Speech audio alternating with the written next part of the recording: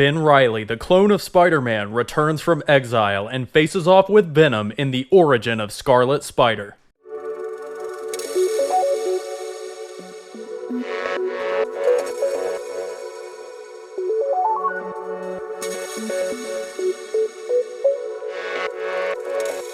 What's up guys, Roman from R&S Entertainment here, and welcome to Comic History, the weekly series where I retell and explain the iconic origins, storylines, and events in the world of comics. In this video, we're going to be talking about the origin of Scarlet Spider, which occurs right at the beginning of the infamous Spider-Man Clone Saga in the 90s. Ben Reilly himself is a holdover from the original Clone Saga in the 1970s, where after Gwen Stacy's death, a villain named the Jackal emerges, cloning both Peter Parker and Gwen Stacy, and learning that Peter is Spider-Man in the process. Spider-Man and the clone, who would later take on the name Ben Reilly after Peter's uncle Ben and Aunt May's maiden name of Reilly, fight each other and then team up, though Ben is seemingly killed in an explosion, with Peter then throwing his body into an incinerator to protect his identity. It would later be revealed that Ben had survived, and had spent 5 years roaming the country as a drifter with little identity of his own, helping people where he could, and taking on odd jobs to survive. When Aunt May is hospitalized following a stroke, Reilly returns to New York, still harboring emotions similar to the actual Peter Parker, and unable to ignore the longings for his original's life. This leads to a conflict and team up once again with the real Spider-Man, kicking off the 90s Clone Saga in earnest. I will most likely cover the story of Ben's exile and his return to New York when I start my Clone Saga series of comic history videos. But in today's episode, we're going to be taking a look at the story directly after, which sees Reilly take up the mantle of Scarlet Spider and become a hero in his own right, leading to an epic conflict with Venom, Spider-Man's greatest enemy. Our story begins with the newly returned Ben Reilly walking the streets of New York, ruminating on his promise to Peter to not act as Spider-Man, and seeing spiders everywhere he looks, focusing on a specific blue spider symbol hoodie in a shop window. Suddenly, two armed criminals hold up a restaurant nearby at gunpoint, but the situation is defused by the police before Ben is forced to act. Although no one was injured this time, Ben knows that he can't avoid his fate forever, and will eventually have to live up to the one truth that has defined his life, even if his memories of it are fabricated: that with great power, there must also come great responsibility. Meanwhile, Eddie Brock, aka Venom, has also returned to New York City from his new life in San Francisco as the anti-hero Lethal Protector, which he had made the decision to do following his final conflict with Spider-Man in Venom Attacks, which I've covered in a previous episode of Comic History. Although his truce with Spider-Man is still intact, Venom had become aware of an attack on the Ravencroft Institute where his symbiote spawn Carnage was being kept. And knowing that Carnage is a danger to any innocent lives around him, Venom returned to take his offspring down once and for all, though that conflict had been resolved before he showed up. For more information on Carnage, you can check out my Origin of Carnage episode of Comic History. Venom stops a high-speed chase by leaping onto the vehicle and steering it off a bridge, but is hounded constantly by the police who know him only as a homicidal villain. Traveling through the city, Venom finds himself at the locations of events in his past, including the death of Jean DeWolf and the Maximum Carnage event. Ben Reilly similarly visits locations relating to his memories of Spider-Man's past, first visiting Aunt May in the hospital, though only sticking to the wall outside and not actually going in, then going to the warehouse where Spider-Man confronted Uncle Ben's killer, and then to the bridge where Green Goblin had caused the death of Gwen Stacy, killing Spider-Man's love and planting the seeds of the original 70s Clone Saga when Ben was created.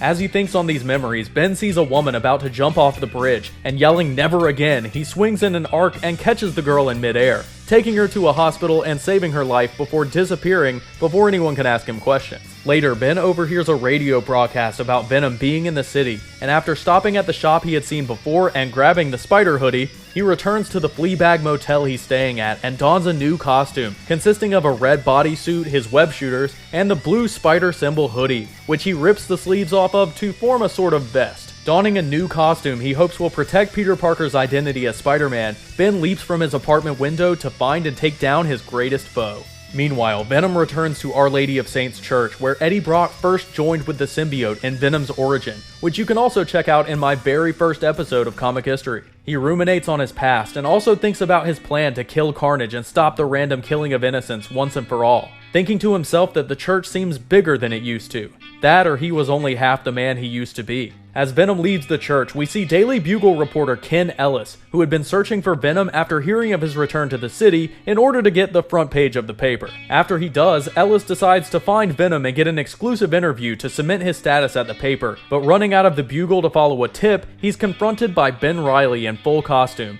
who insists that Ellis needs to help him find Venom, with Ellis agreeing to share his tip in exchange for an exclusive interview with both Venom and this new apparent superhero. Reilly tracks down Venom, who is still being hounded by the cops, and has filled a rooftop with the bodies of muggers, thieves, and killers throughout the city. And as the police see Scarlet Spider, they decide to hang back and let the two fight it out, and pick up the pieces of whoever is left after the battle. As Venom casually asks who he assumes is Spider-Man if he got a new costume, Reilly leaps at him with a kick, thinking to himself that though he has memories of fighting Spider-Man's enemies, he's never actually fought anyone on the level of Venom before, and that the real Spider-Man had only ever been somewhat successful fighting him in the past. The kick takes the fight down to the street, and Venom quickly realizes that though Scarlet Spider moves and fights like Spider-Man, the real Spider-Man and him had an agreement to leave each other alone following their final battle and Venom attacks. So this new Spider-Man had to be a fake. Lunging forward with inhuman speed, Venom slashes Reilly's stomach open with a clawed hand, leaving him bleeding out on the street as Venom prepares to finish him off. Before Venom deals the final blow, however, Scream, one of Venom's 5 symbiote spawn from the Life Foundation in the Lethal Protector storyline, which I will cover in a future episode of Comic History, appears and begs Venom to come with her before the police move in, and to help her learn to control her symbiote.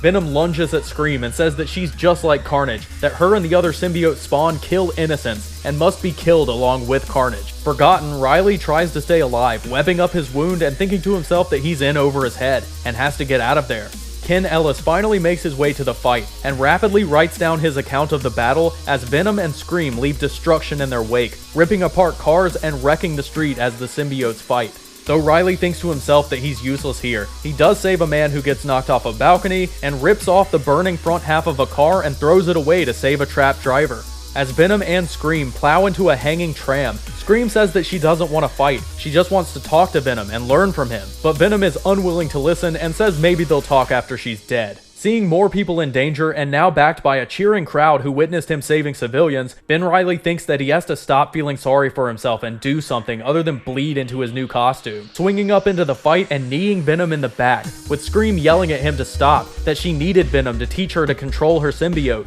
Reilly says that talking to Venom about self-control is pointless, and that Eddie listens to every inner voice, toppling the two symbiotes from the tram and letting them crash into the water below. Reilly then saves the tram operator, still trying not to pass out from blood loss, and as he swings the man down to safety, the crowd cheers for him, calling him a hero and showering him with adoration. Reilly thinks to himself that while the symbiotes must still be out there, that after tonight it had to be someone else's problem, telling Ken Ellis that he's no hero. But Ellis thinks to himself that the people have decided otherwise, planning to write up a story to tell the world about a new costume superhero, and dubbing him the Scarlet Spider. Meanwhile, Venom erupts out of the river water, enraged and vowing to see both of his new enemies, Scream and Scarlet Spider, to their graves. And that wraps up today's story on the origin of Scarlet Spider, which in the comics is part of a 4-issue storyline called The Exile Returns, marking the clone's return to New York City in full, following the initial Clone Saga story where he and Peter Parker meet once again. I will be covering the last 2 issues of The Exile Returns in a future episode titled Comic History: The Fall of Venom, and also the beginning of the Clone Saga itself sometime down the line. So if you enjoyed this video, make sure to give it a thumbs up, subscribe to RNS Entertainment for weekly comic videos, and leave me a comment below letting me know what you think about Ben Reilly and the Clone Saga in general. Also, make sure to check out my Spider-Man Symbiotes playlist for all sorts of great symbiote and Spider-Man origins and storylines, including the origin of Spider Carnage, where Ben Reilly as Spider-Man becomes the host of the Carnage symbiote, the origins of Venom, Carnage, and others, and a lot more. If you want to see all of the episodes of Comic History, check out the full playlist, and if you'd like to help support my channel or even commission any episode of Comic History you'd like to see, you can check out my Patreon via the link in the description box below. Also, I want to make a quick little announcement. My comic book and movie themed podcast, the Comics Crossover podcast that I do with my co-host Jim from comicsexaminer.com, should be returning tonight. So make sure to check back on the channel for the link to that. And if you want to get live updates for when the show airs and other cool stuff like that, make sure to follow my Twitter at Roman_RNS. We also usually do a live Q&A at the end of the podcast episode, so if you want to come talk with me and Jim, make sure to check that out live. Follow me on social media, subscribe to my gaming channel, and I will see you all next time.